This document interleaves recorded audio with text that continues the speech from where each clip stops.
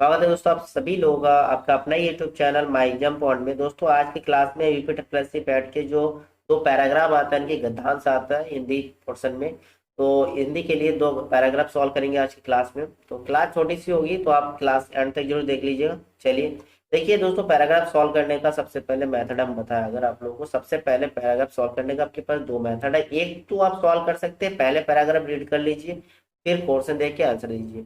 और दूसरा तरीका ये है कि पहले आप क्वेश्चन देख लीजिए, उसके बाद आप पैराग्राफ रीड के पैराग्राफ में आप देखिए जो क्वेश्चन का जहाँ भी की पॉइंट मिलता है आपको, उस की पॉइंट को थोड़ा ध्यान से रीड करिए, वहीं पर आसपास में आपको आंसर मिल जाते हैं। इस तरह से आंसर आप पिक कर सकते हैं। ठीक है, चलिए देखते हैं। कहानी आप देख सकते हो, यहाँ पर लिखा है गोदान प्रेमचंद जी की उन अमर कृतियों में से एक है जिसमें ग्रामीण भारत की आत्मा का करुण चित्र साकार हो उठा है। देख 2 मिनट में आपको दे रहा हूँ, आप आराम से रीड कर लीजिए, इसको रीड कर लीजिए।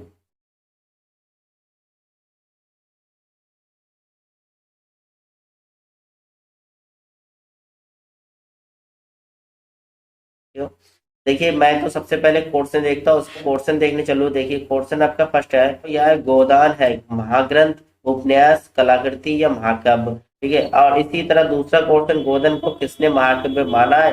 फिर गोदन में निम्नलिखित में से क्या नहीं कहा गया है, उपन्यास, गीता, महाकाव्य, काव्य। तो अब इन तीनों क्वेश्चनों का अगर आंसर ढूंढेंगे, अब यहाँ से आप पैराग्राफ देख सकते हो। गोदान प्रेमचंद जी के उन अमर कृतियों में से एक है जिसमें ग्रामीण भारत की आत्मा का करुण चित्र साकार हो उठा है।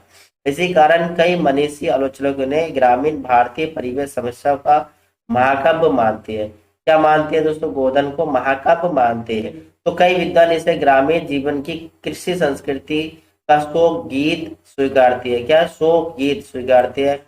कुछ विद्वान तो ऐसे भी है कि जो इस उपन्यास को, देखो ये उपन्यास है, ठीक है, उपन्यास को ग्रामीण भारत की आधुनिक गीता विखार में जो कुछ भी है, गोदान वास्तव में मुंशी प्रेमचंद का ऐसा उपन्यास है। देखो यहाँ भी कहा गया उपन्यास है जिसमें आचार विचार संस्कार और प्राकृतिक परिवेश जो गहन करुणा से युक्त है प्रतिबिंबित हो उठा है। डॉक्टर गोपाल राय का कहना है कि गोदान जो है ग्राम जीवन और ग्राम संस्कृति को उसकी संपूर्णता में प्रस्तुत करने वाला अद्वितीय उपन्यास है। क्या है?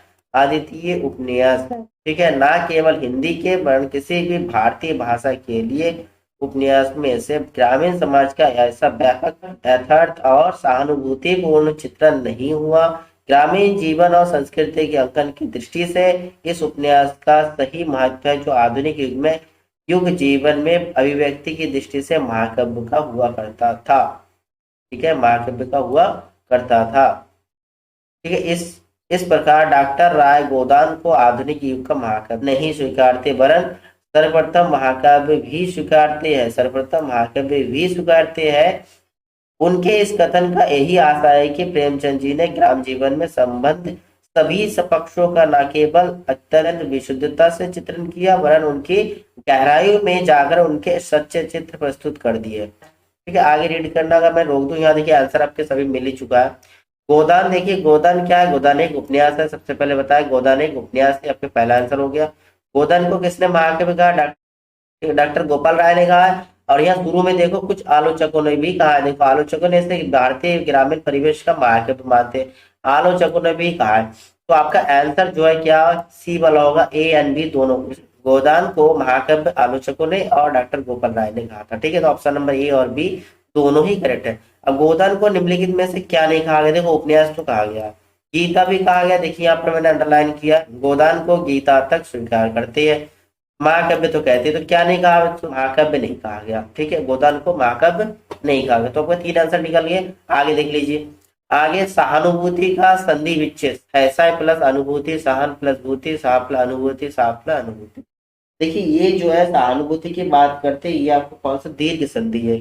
सहानुभूति का अगर संधि विच्छेद करेंगे तो क्या होगा? सह प्लस अनुभूति, सह प्लस अनुभूति। ठीक है, ये एक दीर्घ संधि है। किसका दीर्घ संधि है? ये दीर्घ संधि है। दीर्घ संधि कब होता है? जब आ प्लस आ पर आ होता है। ठीक है, तो यहाँ पर आ प्लस आ स है। देखिए यहाँ पर स है, आ प्लस आ दोनों क्या हो रहा है? दीर्घ संधि का हो रहा है सहानुभूति। आपका ऑप्शन नंबर ए जो है ये आपका करेक्ट है, सा प्लस अनुभूति सहानुभूति। प्लस आपके बड़ा होता है तब भी आपके दीर्घ संधि होता है, और छोटी प्लस बड़ी होता है तब भी हमारे यहाँ आदर भरी ही हो जाएगा, तो दीर्घ संधि हो गया। छोटी प्लस छोटी होगा तो इसका दोनों मिला के वही ही आ जाएगा, तो ये भी हमारे दीर्घ संधि का। ये कुछ फार्मूले आप जरूर लर्न कर लीजिएगा, ठीक है। तो संधियों के बारे में अगर आपको कंफ्यूजन है तो कमेंट जरूर करिए, तो संधि का क्लास लेके आएंगे, ठीक है। चलिए नेक्स्ट क्वेश्चन देखते हैं। नेक्स्ट क्वेश्चन आपका 85। गोदान को ग्रामीण जीवन का महाकाव्य कहने का क्या तात्पर्य? गोदान में ग्रामीण जीवन के सभी पहलुओं का विस्तृत चित्रण है। बिल्कुल ये पॉइंट तो सही है। गोदान ग्रामीण जीवन का काव्य ग्रंथ है। काव्य ग्रंथ तो कहा ही नहीं गया है, तो ऑप्शन गलत है। गोदान ग्रामीण जीवन के सभी काव्य ग्रंथ, ये भी काव्य लिखा, ये भी ऑप्शन गलत है, काव्य वाला नहीं कहा। उपयुक्त में से कोई नहीं, बिल्कुल नहीं। उपयुक्त में से आपको एक कथन मिल गया, ऑप्शन नंबर ये जो है यही आपका करेक्ट आंसर हो रहा है। गोदान में ग्रामीण जीवन के सभी पहलुओं का विस्तृत वर्णन कर गया। देखिए हिंदी हो चाहे इंग्लिश हो, अगर आपको पैराग्राफ सॉल्व करना है तो सबसे पहले क्वेश्चन जरूर रीड कर लीजिए, उसके बाद पैराग्राफ रीड करिए, आंसर आपके जल्दी फाइंड होगा, टाइम सेविंग होगा। चलिए नेक्स्ट पैराग्राफ देखते हैं। नेक्स्ट पैराग्राफ सामने है, इसमें हम सबसे पहले क्या करेंगे, क्वेश्चन रीड करते हैं।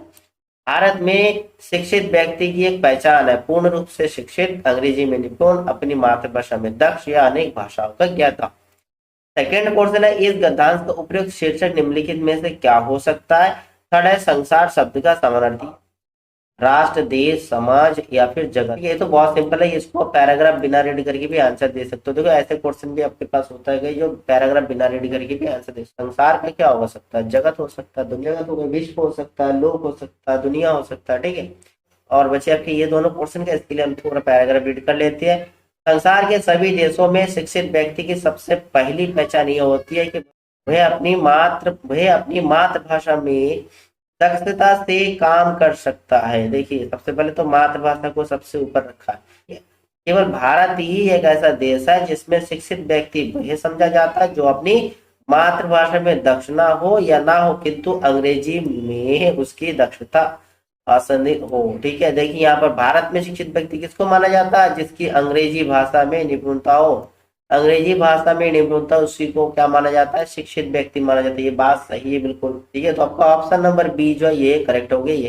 नेक्स्ट क्वेश्चन नंबर 87 में हम देखिए शीर्षक क्या देंगे, थोड़ा सा और रीड कर लेते हैं। संसार के अन्य देशों में सुसंस्कृत व्यक्ति वही समझा जाता है जिसके घर में अपनी भाषा की पुस्तकों का संग्रह हो और जिसे बराबर यह पता रहे कि उनकी भाषा के अच्छे लेखक और कवि कौन है तथा समय समय पर उनकी कौन कौन सी कृतियां प्रकाशित हो रही है। भारत में स्थिति दूसरी है। यहाँ घर में प्रायः साज सज्जा के आधुनिक उपकरण तो होते हैं, किंतु अपनी भाषा की कोई पुस्तक नहीं होती है।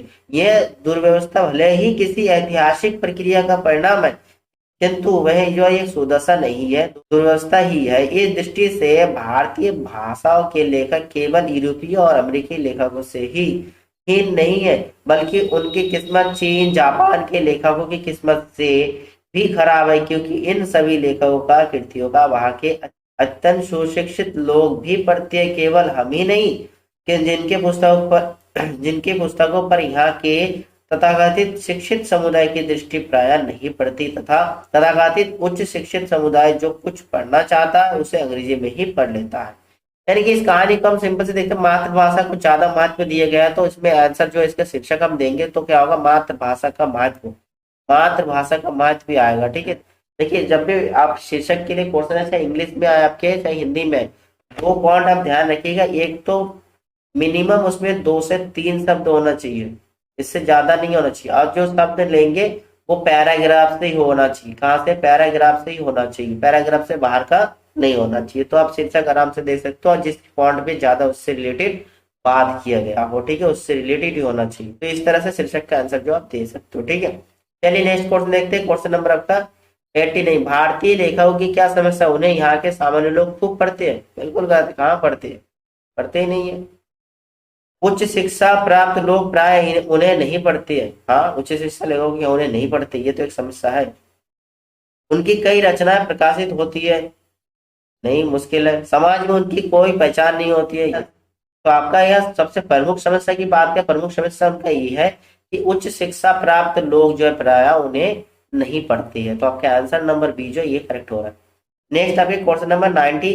भारत का उच्च शिक्षित वर्ग किस भाषा में गद्य या पद पढ़ना पसंद करते हैं? अभी हमने किया किसमें? अंग्रेजी भाषा में गद्य या पद पढ़ना पसंद करते हैं उच्च शिक्षा वाले, ठीक है। ठीक है दोस्तों, तो ये था आज का हमारा हिंदी का 2 गद्यांश या पैराग्राफ्स। और तो उम्मीद है कि क्लास आपको अच्छा लगा होगा। तो क्लास अच्छा लगा तो लाइक और शेयर करना ना भूलिए। तो फिर मिलते हैं नेक्स्ट क्लास में दोस्तों। जय हिंद, थैंक यू।